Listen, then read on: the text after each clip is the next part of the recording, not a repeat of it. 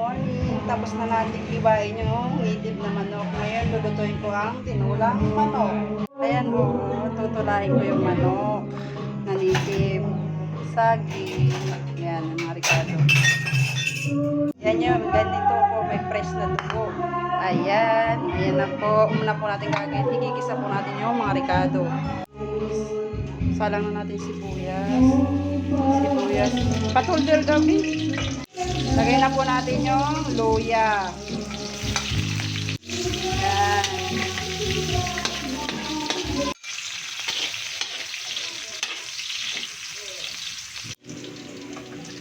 Lagay na po natin yung native na manok.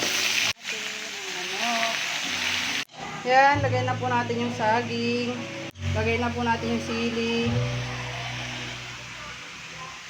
Ang paminta. Ay, asin pala.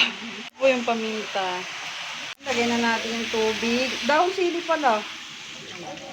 Wala, hindi. Ayan po, papakuluan na po natin yan. Papalambutin na yung manok para maluto na yung tinulang nating manok. Ayan po, na native. Ayan, nagpakuha ko ng dahon sili. Ilalagay na natin dito kasi luto na yung tinula natin na manok. No, nilagay ko na yung dahon sili sa tinulang manok. O, diba?